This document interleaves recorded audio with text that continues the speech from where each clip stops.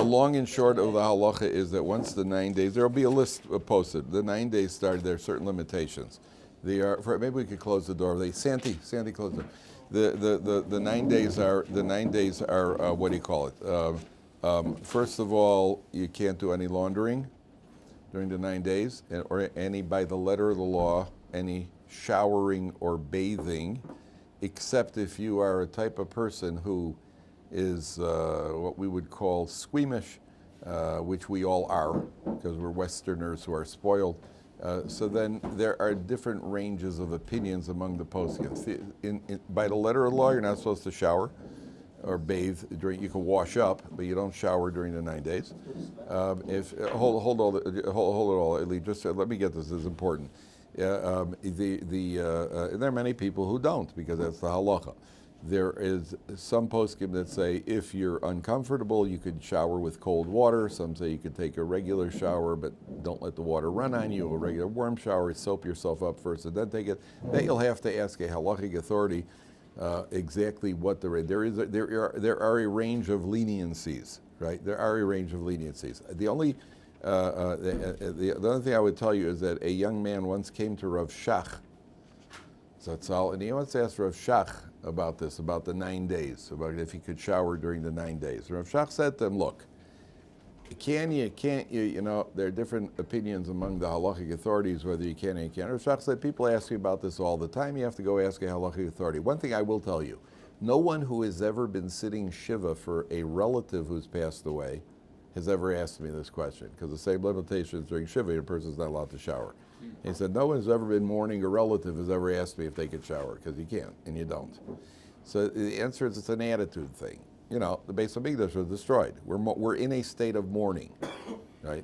So, okay, we don't feel it. Obviously, a person doesn't feel that as intensely, anywhere near as intensely as the loss. But he was trying to present what the attitude is.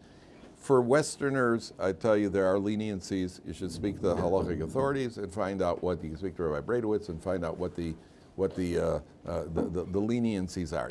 I'm only telling you the letter of the law. I'm not telling you what you should do. I'm telling you what the letter of the law is.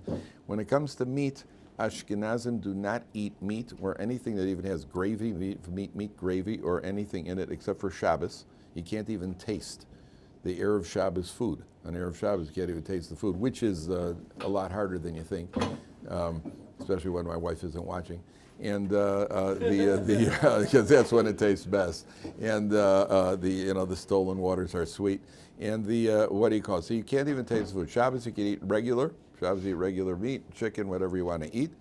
If there is a celebration would be either a bris, a bris milah, where you're allowed to invite people to the bris milah. Then you could have a fleishik, what's called a sudas mitzvah, a meal that's a mitzvah. So, for example, a bris milah or a siyum, if somebody finishes a masechta. But even that is limited. The only people you could invite to the siyum are people who would normally be coming to see him, not people who just want to jump on the wagon because now they could eat some fleishiks.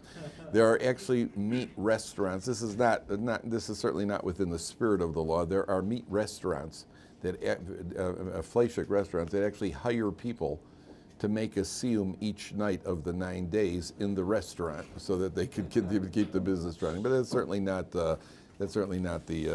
within the So all practical questions you'll ask your local Orthodox rabbi, and the Sephardim, if I'm not mistaken, Sephardim do not have the limitation until the week of Tisha B'Av.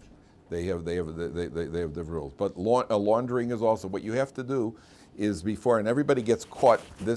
People often get caught unawares because the 9 days begins on Rosh Chodesh, and Rosh Chodesh is on Wednesday, a week from now. Is Rosh Chodesh of, is Wednesday. Now, Tuesday night is too late, because Tuesday night is already Wednesday. According to halacha, the day follows the night. On Tuesday, and you should make a note, which I'm about to do right now, because I haven't done it, is to wear any clothes. It does not include undergarments. Shirts, pants that you are going to be wearing during the 9 days, which have been freshly laundered. You have to wear them before the 9 days in order to be able to wear them on the 9 days. So you have to wear them. How long you should wear them, this is also, 15 minutes is usually enough to wear a shirt. Some people put on 3 or 4 shirts at one time and wear them. What I do is usually like Tuesday morning, I start wearing my shirts already, even sometimes on Monday. I just put them on for 15 minutes, take it off, put it in the closet, put it on, take it out of the closet. Same thing with the pants. So I put on a couple of pair of pants, wear them for about 20 minutes or a half hour, and then put them back in the closet and make sure that I know which ones are the ones that were worn. But all details will be posted, and all details at a personal level you must ask a halachic authority. Rabbi Bradowitz is the halachic authority. You could ask Rabbi Bradowitz, you could ask Rabbi Samet what you should do about it. Especially the issue that I found, guys, in Judaism, guys are fast on Yom Kippur, and guys will, they'll give tzedakah and they'll abstain from eating shellfish. But when it comes to not showering during the 9 days, my goodness, I'm out. Forget it. You can't. So it's what do you call it? It's something that you should speak to the halachic authority. Yeah.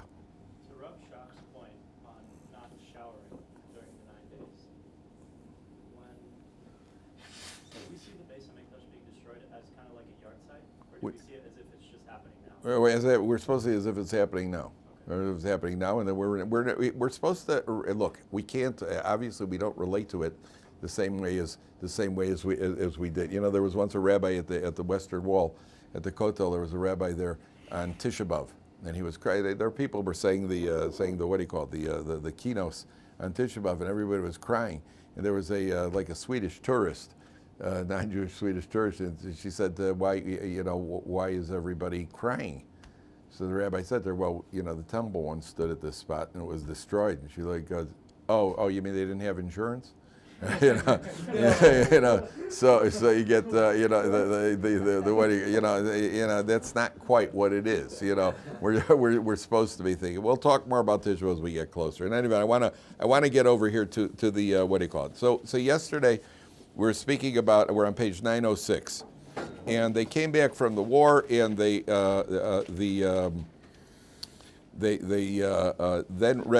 executed all those who needed execution, and then on 9 lines from the top, Vayomer Elazar HaKohen al Anshe Atzava, 906, 9 lines from the top. Vayomer Elazar HaKohen al Anshe Atzava Abayim El Milchama. He says to the men of the war. Now, there's a very, very strange twist of a turn of phrase here. He says to the men of the army coming to the war, haboyim la milchama. Now, what it should really say is, what should it say? What's that? The army. The army who are what? Coming from the war, not going to the war. Haboyim la milchama. They're coming to the war. The war is over. They're coming back. So why does it say they are coming to the war? It should say the ones who are haboyim. Haba means you're coming to. It should say hashavim, who are returning from, not coming to. You understand the difference? Haboim la milchama, to the war. What do you mean to the war? You're coming from the. It should say haboim meha milchama, not la milchama. So the Mefarshim explain. This is based on one of the classic Musar sources that says, there was an old man who saw a bunch of guys coming from the war, and he said, "You've come from the small battle, and now you're going to the big battle." Because which is the big battle? The big battle is the battle that we fight every day with the evil inclination, with the Yetzer Hara. Now, here specifically, there is an added element, he's even higher caliber at this stage. Because when you come back from a war where you've emerged victorious, so number one, you're all pumped up and full of yourself. Right? Wow, we won. And you're kind of, you're strutting a little bit maybe, and you're off your guard for sure. You got a lot of self-confidence. I want to remind you, hey guys, you finished one war. You're coming to a bigger war right now. You're still coming. There's still a war to be fought, and for you guys, it may be a more difficult war because you are now in a different state of mind. When we are contrite. When we're contrite and what do you call it? Self-effacing. So then we're a little more set to bend over here. Well, you're all upsy doozies over here. You're off your guard. Number one. Number two, the nature of war changes a person. We've spoken about this several times. Later on in the Torah, we'll find that when they went to war, they had to dig in Parsha Kisei, they had to dig. The Torah says, when you take your equipment to war, you have to bring among your equipment, you have to have a shovel. And you use that shovel so that when you go to relieve yourself, you dig a pit and you dig a hole and you cover the excrement when you go to war. And it was a piece of equipment that says it's you have to have a shovel with you when you go to war. Now, can you imagine that? They're going off to war, and they've got, the soldier is fully equipped. You ever see these guys? They look like they're all packed up. You know, they got the grenades and they got this. Can you imagine these guys going off? I think the Ukrainians, I'd be very curious. You know, they got handheld rocket launchers and a few grenades and a machine gun and a shovel for the poopy, just to be considerate, so nobody should. And somehow I don't think so. You know, it's not a standard piece of equipment. When the Iraqis invaded Saudi Arabia, I don't think that was a major concern for them. Yet for the Jewish soldiers going off to war, they had to have a shovel with them. Every soldier had to have a shovel. Why do they have to have a shovel? The answer is when you go to war, you can easily turn into a savage. You're killing people. You're almost being killed. You go and you're virtually out of control, and you become an animal. And therefore, the Torah says, you know what? You who are going to war, you're vulnerable over here. You need a reminder. Every few hours, you're going to have a reminder that you're actually a human being. You know what it is? Take a shovel with you. Take a shovel and dig a pit when you relieve yourself. That's a reminder. At the end of the day, you're a human being. At the end of the day, you're not just an animal. So these guys are coming back from a war where they tasted blood. When a person has tasted blood, then it changes them. Do you ever read Herman Wouk's, I think it was Herman Wouk, The New Kid? There's a short story called The New Kid. It's about this kid who's a new kid on the block, and then there's another kid who's always getting bullied. And the kid who's always getting bullied walks up to this new kid, and it's a short story. I think I read it when I was 7th grade or something. He walks up to this new kid, and he punches him. And he says he felt good punching him, so he punched him again. And he kept punching him because once he punched him the first time, it brought something out of him to punch him. That's what happens when you go to war. When you go to war, when you punch, when you kill, so you're vulnerable. So he's telling them, first of all, you're coming la milchama, you got a battle right now. You're in a vulnerable state. Don't forget, you're still fighting a war, the war that we fight every day, number one. Number two, he says the laws that we pointed out a couple of weeks ago. Zos chukas haTorah asher tziva Hashem es Moshe. And then he talks about the laws of kashering utensils. And he goes through over here, and very quickly, I just want to read the psukim very quickly. Pasuk Chaf Beis. Ach es hazav, es hakesef, es hachoshes, es habarzel, es habdil, so far. It's all these various metals. Kol davar asher yavo be'esh ta'aviru be'esh. When you want to kasher it, anything that's been put in a fire, so that you have to, in order to kasher it, how do you kasher it? With an equal and opposite fire. If it's been cooked, if you used it for cooking non-kosher food, so you got to dip it in boiling hot water. If it's been used for roasting over an open fire, then you got to roast it in an open fire. So then he goes. Those are the laws he goes through. Rav Moshe Feinstein Zatzal, he points out that you'll notice again, and we mentioned this last time. Zos chukas haTorah. This is the statute of the Torah. This is the law of the Torah. And we said that last time we had pointed out that it uses that phrase both here and by the red cow. And that we pointed out last time that Zos chukas haTorah means that whether you understand the mitzvah, like over here where it's perfectly logical that an equal and opposite fire burns out whatever's been absorbed, or the red cow, which we don't understand, at the end of the day, Zos chukas, it's a Torah law. It's a Torah law. Even the ones we think we understand, at the end of the day, it's a chukah. It's a how does he translate the statute? It's a what do you call it? It's beyond our comprehension. We have to do it because the Torah says to do it. Number one. But Rav Moshe Feinstein goes in a different direction with this. He says, Zos chukas haTorah means if you could use a physical fire in order to burn out what has been absorbed physically, so you can use a spiritual fire in order to burn out that which is absorbed spiritually. So if a person feels that perhaps he's absorbed some spiritual impurities from behavior in the past, how does one burn that out? How does one purify that? Through specifically through the study of Torah, because Torah itself is a fire. Look back for a second, gentlemen, at Parshas, anywhere in the book of Bereshis. Open the Chumash randomly, anywhere in the book of Bereshis. It doesn't matter. As long as at the top of the page over here you have the word Bereshis. That's all I want you to see is the word Bereshis. Guys, take Chumashim, please. There should be extra Chumashim. Guys, Yilan, see if they're Chumashim. So the guys, okay. The word Bereshis, if you look at the word Bereshis, so if you look at the first two letters and the last two letters, page anywhere in the book of Bereshis, the first two letters are a Beis and a Resh, and the last two letters are a Yud and a Tuf, which is bris, which means a covenant. And the middle two letters are what? Eish. The Torah itself is a covenant of fire. The Torah is a fire, and there's a Kabbalistic source that says that the Torah existed as a black fire on a white fire in heaven before it was given down on earth. The Torah is a fire. The Torah is spiritual, it's a fire. A person who has absorbed impurities, how do we purify ourselves? So somebody said correctly, tshuva. How do you do tshuva? You could jump into a mikveh 613 times, dunk yourself 613 times. It won't do you a whole lot of good. It'll do you a little bit of good. You'll certainly get cleaner. Right? But it won't do you a whole lot of good as far as improving your spiritual level unless you try to improve your spiritual level. I'm saying you. Best defense is a good offense. I mean me, we. That means the only way to improve our spiritual level is by studying Torah. You could do mitzvahs, you could do chesed, it's great, and you can give tzedakah, is great. They're all great. There's only one thing, though, that purifies us completely, and that's the study of Torah. And Rav Moshe Feinstein has a series of correspondences where people have asked him about various forms of misdeeds. We're not talking about somebody who forgot to put up a mezuzah, by the way, right? And we're not talking about somebody who wore shatnez. These are all misdeeds involving immorality.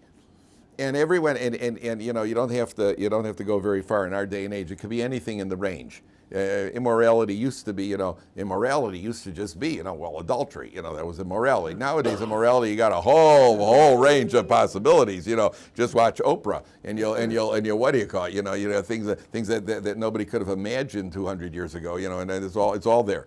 And every single one of them who asks, and these are people who are distraught with certain things that they've done in the past, whether it's things that are normal, the other things that are not normal, and things that even wouldn't have made it onto Oprah.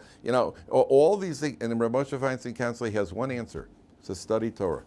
You could say some Tehillim, and you could do a little this. Don't fast, and don't berate yourself, and don't be sad. Make sure you're upbeat. Make sure you realize you're happy that you're able to do tshuva. And the way to do it for the purification is by immersing in a fire. Which fire? Torah. That's the fire. And it doesn't mean, and it has to be done happily. It means sitting in a Gemara. It means learning about Bori V'Shema. A person learns about Bori V'Shema, you are burning out impurities. And when a person learns about Amigu, you're burning out impurities. That's even if you don't understand it. And we're burning out impurities, and that's the correct Torah approach. And you could go rolling in the snow, and you could wear tchelas, and you could put on a triple black gartel, and do it's all nice, it's all fine, it's all wonderful. But if for purification, for real hardcore purification, that's lukewarm. That doesn't, it's like taking a lukewarm shower. It just doesn't do it. You go into a good hot shower, that cleans off, that gets everything scraped off. The Torah is a good hot shower, the best hot shower we have.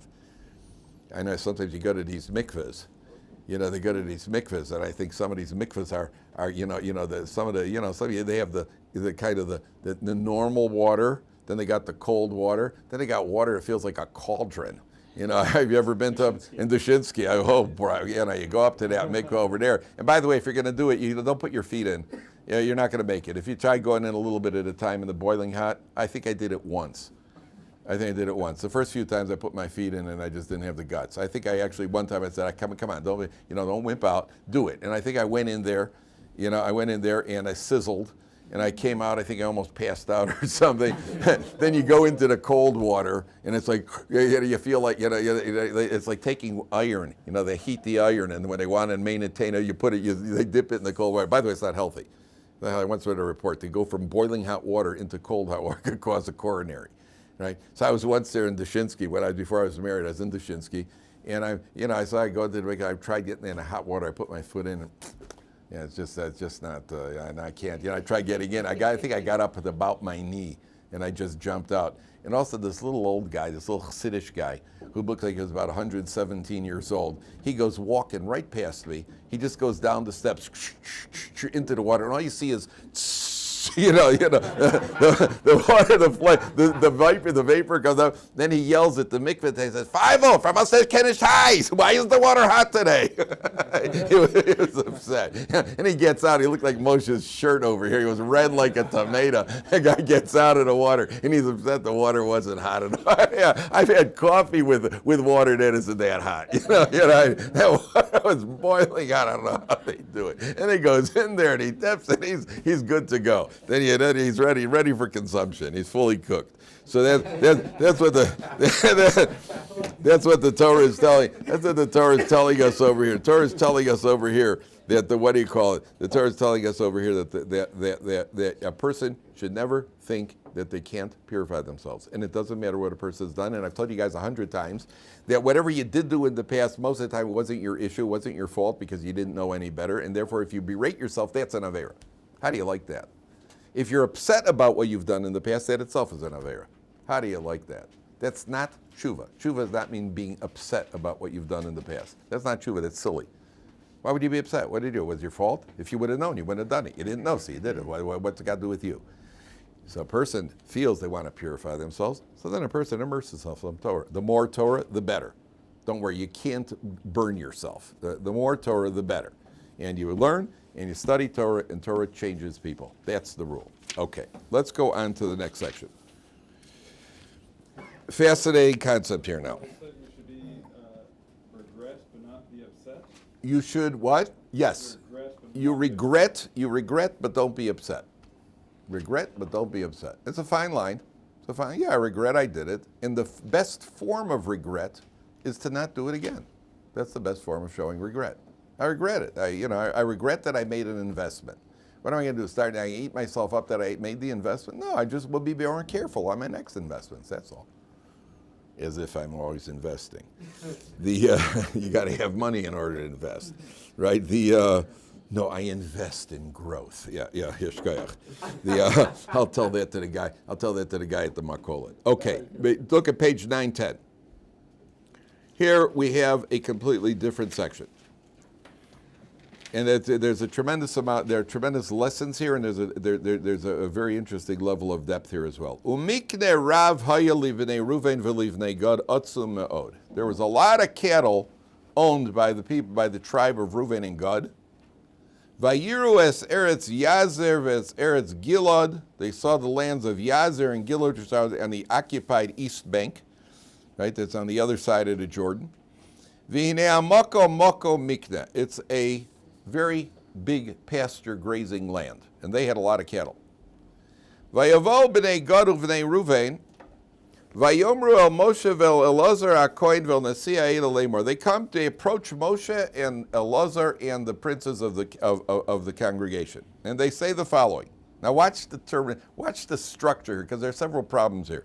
First of all, you'll notice that it starts off with the tribe of Reuven and the tribe of Gad had the cattle, yet when they approach, in Pasuk Beis it says, the Bnei Gad, it reverses them. The Bnei Gad and the Bnei Reuven do the approaching. It switches around the tribes. You hear the problem. First it says the Bnei Reuven and the Bnei Gad, then it switches them. Then they come over and they say like this, Ataros v'divon v'yazer v'nimra v'cheshbon v'el olei usvam u'nevo v'on. They name the places, these regions on the other side of the Jordan. Ha'aretz asher hika Hashem lifnei adas v'Yisrael, the land that God is smitten, Eretz Miknahi. It's a land of how does he translate it? Land of livestock. A land for livestock. V'lavadecha mikna, and we have livestock. Now you notice, look what happens. Look at the structure. Vayomru, they say the following. Well, why does it say Vayomru again? They were in the middle of talking. Why does it pause? It's like there's a pause, and then it says Vayomru. Now like a restart. So what's happening over here is, I'll give you a rough analogy, Elon. Imagine I go up to my wife and I say, "Oh, by the way, I noticed that there's fresh blueberry pie in the refrigerator. At that point, I pause. At that point, you pause. Any wise husband pauses at that point. Why? Because if your wife says, if I say, well, I noticed a fresh blueberry pie in the refrigerator, and your wife was likely to say, if you go near that blueberry pie, and if you even think about going near it, if you even think about that blueberry pie at all, then waterboarding will only be a wish for you compared to what you're about to go through. So the first thing is, she knows where you're going with this. Oh, by the way, I noticed the blueberry pie. Nobody ever says, oh, by the way, I noticed some tuna fish in the refrigerator. Nobody ever says that. I noticed the fresh blueberry pie in the refrigerator. Pause. Ooh, okay. So far, so good. Do you think maybe knowing that you're an unbelievable baker, and your competition for like the top French bakers, maybe you'd want me to give like a taste, Oh, okay, yeah, go ahead, go ahead. But so you understand. There's a certain point where even just bringing it up, you already know. Stop. It's not going to go. It's not going to happen. Don't worry about it. It's like when you want to get a raise from the boss. Hi, boss. I just wanted to talk to you about that last deal that I made so much money for the company for. Not now. Okay. Or he just kind of looks up and gives you a kind of a look. I meant I'm really happy for the company. I'll see you later, boss. And out you go, because don't push it. So the first thing is they make everybody knows where they're going with this. They know where they say, oh, by the way, there's a lot of grazing land over there, and coincidentally, we have a lot of cattle. Silence. Vayomru. Now, why are they hesitant? Why are they hesitant? Why are you testing the water? Why not just come out and say what you want? Why are you testing the water? The answer is because any time in the past that people have been hesitant to go along with the plan, people get swallowed up, and there's been plagues, and don't rock the boat. We've had now you're rocking the boat. We're ready. We just finished the last battle. Ready to go into Eretz Yisrael, and all of a sudden you got an idea. At a deeper level, there are commentaries that say, why they did this?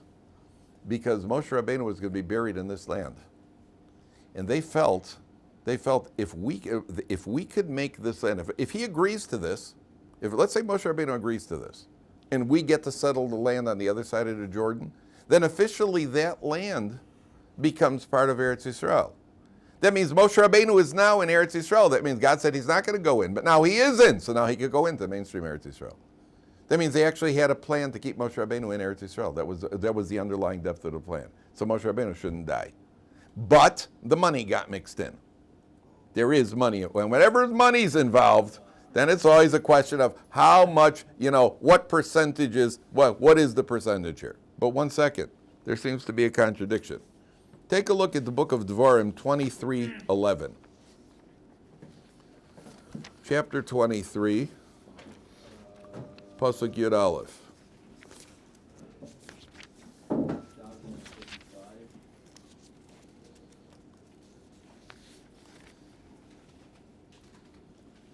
$23.11. No, that's not it. Why do I have it? Maybe it's 27. No. 1 second. I thought I had the right page. Just 1 second. 1 second. Maybe 27:11. Check 27:11. Oh. How did I mess this up? 33:11. That's what it is. That's a problem because there is no 33. Yes, there is. Okay, here we go. 33:11. Yeah. 33:11. Page 1114.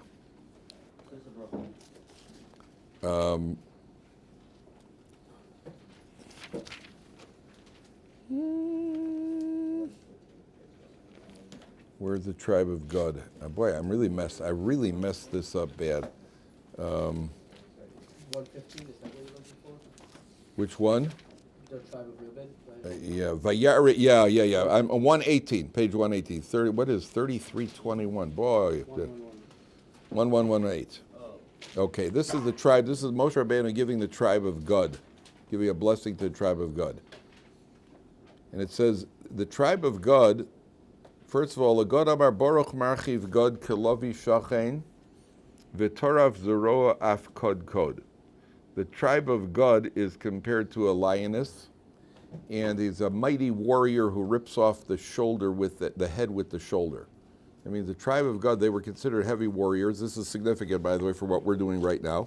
They were fierce warriors, and you could tell a victim of the tribe of Gad, anybody who they killed at war. Normally, when you went to war in those days with the sword, you beheaded people.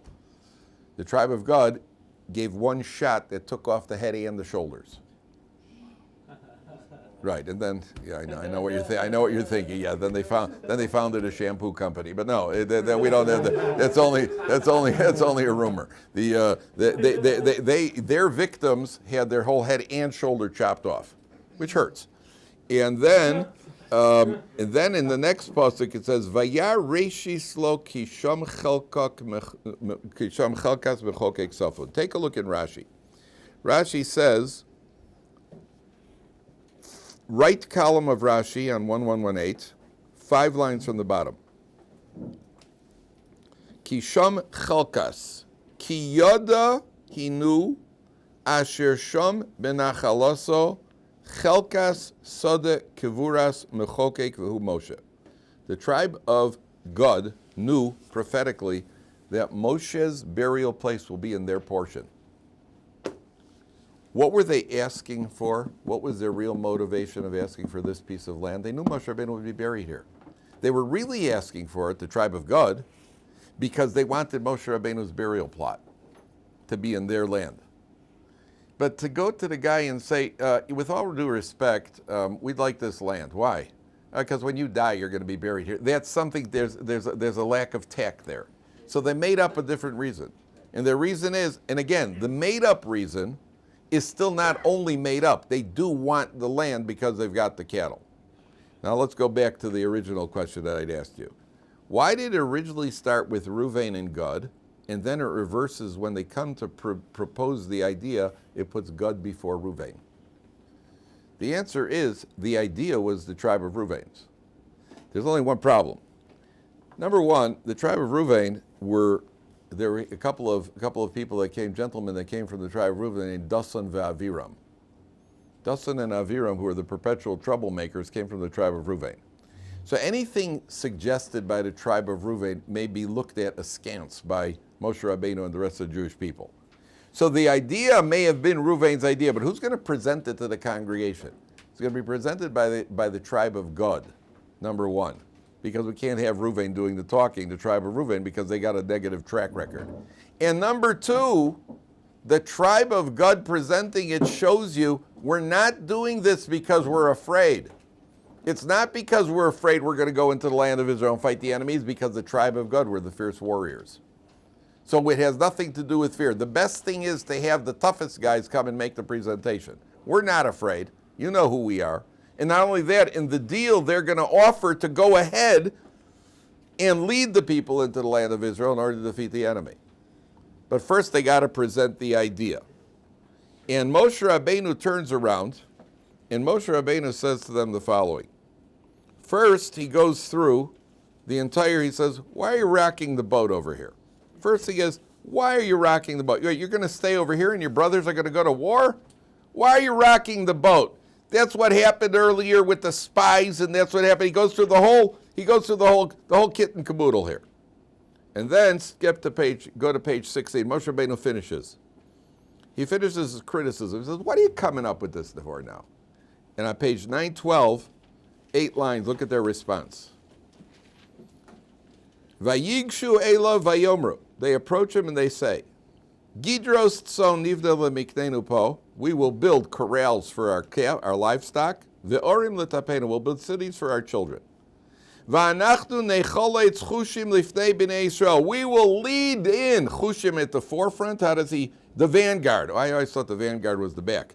The vanguard, we will be at the vanguard. We will be at the forefront of the battle of the conquest of Eretz Yisrael for 7 years. Ad asher avionu makoma. V'yoshav tapenu bar ha'mivtzor mipnei yosher ha'aretz. Your children will stay here. We'll build for our corrals, and we'll build homes for our children, and then we'll lead the charge into Eretz. So this has nothing to do with fear. They're saying this is we're showing you. We'll go in first. Lo nashu vel batenu ad yisnachal b'nei Yisrael yishnachal also. And then Moshe Rabbeinu agrees to this condition. Once he sees that they're doing it, they have the right, their motivation has nothing to do with fear, and you're going to be with the Jewish people, and there's no reason for anybody to be afraid, and you're not causing anybody to become chicken-hearted over here, so then we agree to it. But they're criticized for something. There is a criticism that the later commentaries that the Mefarshim bring. What is the criticism for the Bnei Gad? It's right there in the Pasuk. I'll tell you which Pasuk it's in. It's in Pasuk 16. There's a criticism. 6 lines from the top. There's a criticism. What's the criticism? What did it say? To the extent they put the cattle for some. Correct. Correct. Look at the way they put it. They put, we'll build corrals for our cattle, and we'll build cities for our children. What's your priority in life? Your priority in life is your cattle, or your priority in life is your children? So the Bnei Gad and the Bnei Reuven are taken to task because they've put the corrals before the children. So at a deeper level, Rav Weinbach Zatzal, he said that what were they really saying? And this is an attitude that we find to this day. Many people say, well, before you have children, even when you do have children, you always got to make sure that there's a strong financial base. Can't let them learn in yeshiva for too long. They have to make sure they have what to live with. They have to be able to make a living. As the Alter of Kelm, there was the Alter of Kelm who was asked when he said to Rabbi Yisrael Salanter saw the Alter of Kelm in the marketplace. He said, "Why are you here?" And he said, "Because I have to have something to live with." He said, "Yeah, but what are you going to die with?" Right? And that one sentence changed the Alter of Kelm, and he founded the entire Kelm network of yeshivas and changed his whole attitude towards life. Now, the person, you have to be able to make a living, but you got to be able to make a dying. And how's the person, what are you going to, you not only to live with, what are you going to die with? So this attitude of first we got to set on a financial base for our children, and then I will have the children, or we'll set up the children. Before anything, they got to get a degree. Then they can study Torah. I mean, okay, how many people do that? Nobody says you shouldn't get a degree. Nobody says you shouldn't go to school. Nobody says you shouldn't be responsible in life. But there are always people, people are saving for their kids. People are saving for their kids. They're saving for their kids. Every generation saves for their kids. Well, where is that kid finally? Where is that mythical kid who never shows up because everybody's saving for the kids? So everybody's in the cycle of making the money. So the Torah, that's not a Torah attitude. The Torah attitude is not to be irresponsible. But a person thinks that you're going to have, Rabbi Dessler said that when he was in Europe, so then his father, Rabbi Dessler's father, was a wealthy businessman, and then they had the revolution in Russia. And all of a sudden, all of the currency overnight became worthless. And his father was wiped out. Right? Dessler said at that moment he saw that there's nothing in the material world that you could ever rely on. The material world could be taken away from a person. A person could work and it could accumulate and it could lose it all. And many people have. Bad investments, getting ripped off by a partner, getting 1,000,001 things. You cannot write. So responsible, yes, but let's get what is the priority in life? What are we alive for? We're alive to make a living? We're living so that we can make a living? Honestly. What sense does that make? We're living in order to accomplish something. We make a living because it's necessary to make a living for those who actually succeed in making a living. It's a necessary, I don't want to call it necessary evil. That's the way HaKadosh Baruch Hu set up the world. It's necessary. But it's not the focus of my life. And that's what they're taken to task for. Now, at an even deeper level, they're going to be joined up by somebody. Who's going to join them? Who's going to join the Bnei Gad and the Bnei Reuven? Menashe. Menashe is going to join up with the Bnei Chatzi Shevet Menashe, half the tribe of Menashe. Right, later on the Torah, where is it? Moshe Rabbeinu says in the next pasuk, on page 914. 914, about 10 lines from the top. 10, 11 lines from the top. Vayiten lahem Moshe livnei Gad v'livnei Ruvain v'lachatzi shevet Menashe ben Yosef es mamlech Sichon. Moshe awards them these various lands. So it was Gad and Ruvain, and then half the tribe of Menashe joins in. So there's a very interesting connection between these three tribes. Why these three tribes? Why Gad and Reuven and Menashe? What was the connection between them? All right, Reuven and Gad were from the same subunit, but what's the common denominator between these three? Anybody know? Reuven, Gad, and Menashe share a common denominator. Anybody know what it is? What are these firstborns from They're all firstborns from different mothers. They're all firstborns from different mothers, and not only they're firstborns from different mothers, the common denominator, Menashe is the firstborn from Yosef. Yosef's wife, Osnas. Not only they're firstborns, each one is a firstborn with a certain stigma. Reuven is the firstborn from Leah, but Yaakov didn't know she was Leah that night. And the Gemara talks about a man who cohabits with a woman who he thinks it's not his wife. He's thinking about his wife, but it's a different woman. Gad was from the maidservant of Leah, Zilpah, who she had snuck into Yaakov without him knowing that it was Zilpah. And Menashe comes from Osnat. Osnat is the daughter of Dinah, who had been violated by Shechem. So Osnat carries, and then she has Menashe and Ephraim. So she has half of a flaw in her because her father's from Shechem. So it's half the tribe of Menashe that joins with Reuven and Gad. And they go off to the other side of the Jordan to separate themselves to a certain extent from the rest of the people. That's what the commentaries say. It's just a very interesting common denominator that all three of them, and they all three have that minor, they're all kosher, 100% kosher. They're kosher, they kosher style. It's kosher with a twist. It's kosher l'mahadrin, but not mahadrin minhad. Right. It's not the top hechsher. It's the one you eat when you can't get the top hechsher. Right. All right. To be continued. Who's God?